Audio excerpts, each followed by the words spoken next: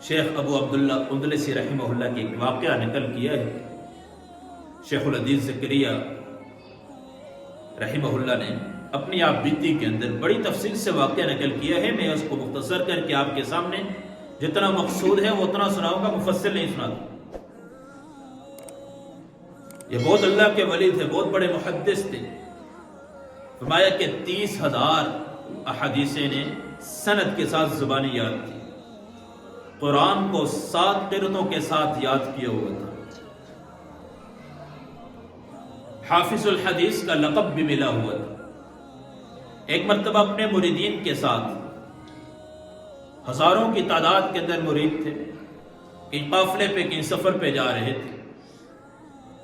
راستے میں چلتے چلتے عصر کی نماز کا وقت ہوا، پانی نہ ملا، اور ایک عیسائیوں کی بستی میں گزر ہوا تو جگہ جگہ دیکھا کہ ان کے گرجے بنے ہوئے ہیں، ان کی جو عبادت ہے، جو پوجتے ہیں، کوئی آگ کو پوج رہا ہے، کوئی کس کو پوج رہا ہے۔ وہاں سے گزرتے ہوئے افسوس بھی کرتے کہ یار کن گناہوں کے اندر، کن بت پرستیوں کے اندر، کس شرک کے اندر مبتلا ہے۔ کتنے خیر پانی تلاش کرتے کرتے کنویں پہ پہنچے تو وہاں چند نوجوان لڑکیاں تھیں۔ ایک لڑکی پہ نگاہ اٹھی۔ انسان کا دل اللہ کے قبضے کے اندر ہے، انسان بہت کمزور ہے، کسی کو یقین نہ جانے، اللہ کی طرف سے کبھی بھی کایا پلٹ سکتا ہے، کبھی بھی انسان کی دل کی دنیا بدل سکتی ہے۔ یہ تو بہت بڑے محدث، بہت بڑے حافظ قرآن، حافظ الحدیث کا لقب پانے والے۔ ایک عورت پہ، ایک لڑکی پہ، نوجوان لڑکی پہ نگاہ پڑی، پانی بھر رہی تھی۔ اللہ نے اس کو حسن بھی دیا ہوا تھا، اس نے زیورات وغیرہ بھی پہنے ہوئے تھے۔ تو جو دائیں بائیں لڑکیوں سے پوچھے تھی یہ کون ہے؟ کہا کہ اس بستی کا جو سردار ہے یہ اس کی بیٹی ہے۔ کہا کہ پھر اس کو بے باپ نے اتنا اس انداز سے کیوں رکھا ہوا ہے؟ باپ اس کا اس کے لیے ملازم نہیں رکھ سکتا؟ ملازمہ کوئی ہوتی جو گھر کا کام کاج کرتے، کوئی پانی بھر کے لے کر آتی۔ اللہ نے اتنا مال بھی دیا ہوا ہے، اس کے زیورات نظر آتے ہیں، دکھا رہے ہیں کہ اللہ نے مال کی نعمت سے بھی نوازا ہے، اللہ نے حسن کی نعمت سے بھی نوازا ہوئے۔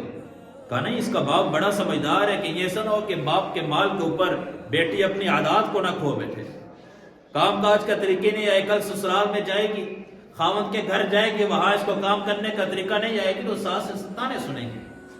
کہا باپ اس کا بڑا سمجھدار ہے کہ باپ کے مال پہ فخر نہ کرے، غرور نہ کرے۔ کہا اچھا۔ 3 دن وہاں بیٹھے رہے، مریدین بھی پریشان ہے کہ حضرت کو کیا ہو چکے۔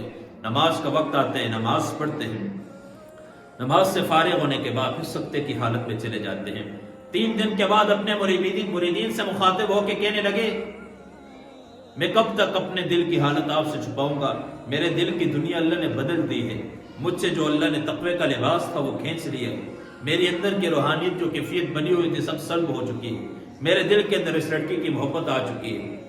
اب اس کے گھر کے اپنے مریدین سے کہا آپ چلے جاؤ، میں آؤں گا بعد میں۔ اس کے گھر گئے اور گھر جا کے اس کے باپ سے رشتے کی بات کی۔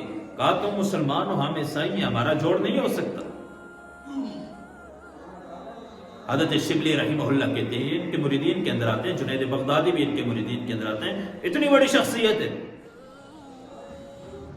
کہتے ہیں کہ میں بھی گیا حضرت کے پاس، حضرت کیا کہہ رہے ہیں؟ ہزاروں مرید ہیں، ہزاروں آپ کے ہاتھ پہ توبہ طائب ہونے والے ہیں، ہزاروں نے آپ کے ہاتھ پہ کلمہ پڑھا ہے، کیا معاشرہ ہو چکا ہے؟ کہا شبلی میں بے بس ہوں، میرا دل میرے ہاتھ میں نہیں ہے، میں بے بس ہوں، میرے بس کی بات نہیں ہے یہ تو اللہ ہے جب دلوں کے حال کو پھیرنے والا ہے، یہ تو رب کی ذات ہے۔ کہا میرے بس کی بات نہیں ہے یہ۔ خیر انہوں نے کہا آپ عیسائی ہیں، ہم عیسائی ہیں، آپ مسلمان ہیں، ہمارا جوڑ نہیں بن سکتا۔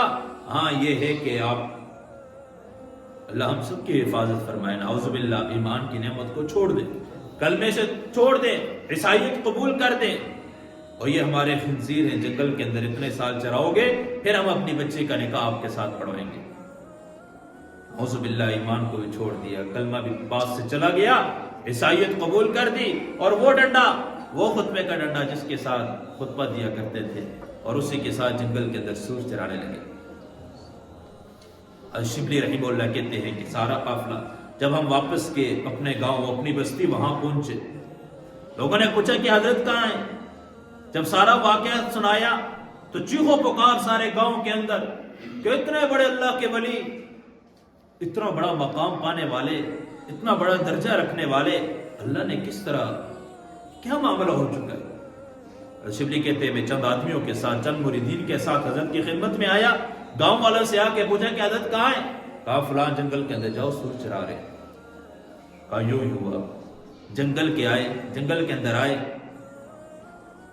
تو ہاتھ میں وہی ڈنڈا پکڑا ہوا ہے جس کے ساتھ جمعے کا خطبہ دیا کرتے تھے۔ کہا کہ سور چرا رہے تھے، ہمیں دیکھ کے سر جھکا دیا، ہم نے کہا السلام علیکم یا شیخ، کہا سر جھکایا، دھیمی دھیمی آواز میں سلام کا جواب دیا۔ کہا حضرت کیا ہو گیا ہے، کس طرف جا رہے ہیں؟ کہا کہ اللہ رب العزت نے ساری نعمتیں چھین لی، ایمان کی نعمت کے ساتھ ساتھ جو 30,000 حدیثیں یاد تھی سب بھول چکا ہوں، ایک حدیث یاد ہے، من بدل دینہ فاقتلوا، جو اپنے دین کو بدل دے اس کو قتل کر دو، میری سزا قتل ہے۔ کہا حضرت کچھ قرآن یاد ہے؟ 7 قرتوں کے ساتھ قرآن کے حافظ تھے آپ۔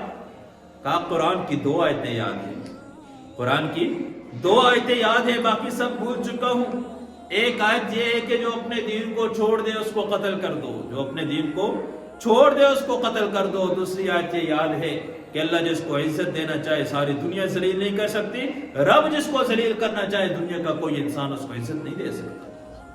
کہا باقی تو شیخ شبلی کہتے ہیں کہ ہم سجدے کے اندر پڑ کے اللہ کے سامنے رونا شروع کیے سارے مریدین۔ کہا کہ حضرت کے دل پہ ظاہر اللہ والے تھے تو اللہ والے، لیکن اللہ نے کسی گناہ کی وجہ سے بعض اوقات اللہ سبق سکھاتے ہیں، اللہ کی طرف سے پکڑ آتی ہے، بعض اوقات انسان سمجھ نہیں سکتا کیا ہو رہا ہے، تو اللہ کی طرف سے وہ پکڑ تھی۔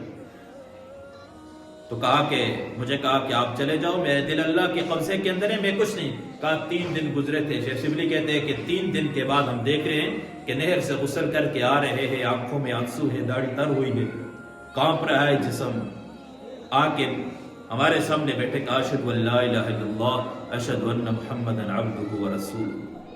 دوبارہ اللہ نے کلمے کی نعمت سے نواز دیا اور سب کچھ دے دیا، اور اللہ بتانا چاہتے تھے جب ان عیسائیوں کی بستیوں سے گزر ہو رہا تھا، جب ان گرجوں سے گزر ہو رہا تھا، تیرے دل میں آیا تھا یہ حقیر ہے، ہم مسلمان ہیں، ہم ان سے بہتر ہیں، ہم ان سے بہتر ہیں، یہ اللہ کی نظروں میں گرے ہوئے ہیں۔ اللہ دکھانا چاہ رہے تھے کہ ابو عبداللہ اندلسی میں ہوں ان کو اس طرح درجے میں رکھنے والا، آپ کو اس درجے کے اندر رکھنے والا، یہ میرے قبضے کی بات ہے، آپ کے قبضے کے اندر کچھ بھی نہیں ہے، یہ میرے قبضے کی بات ہے، میں جو چاہوں جب چاہوں جیسے چاہوں کر سکتا ہوں۔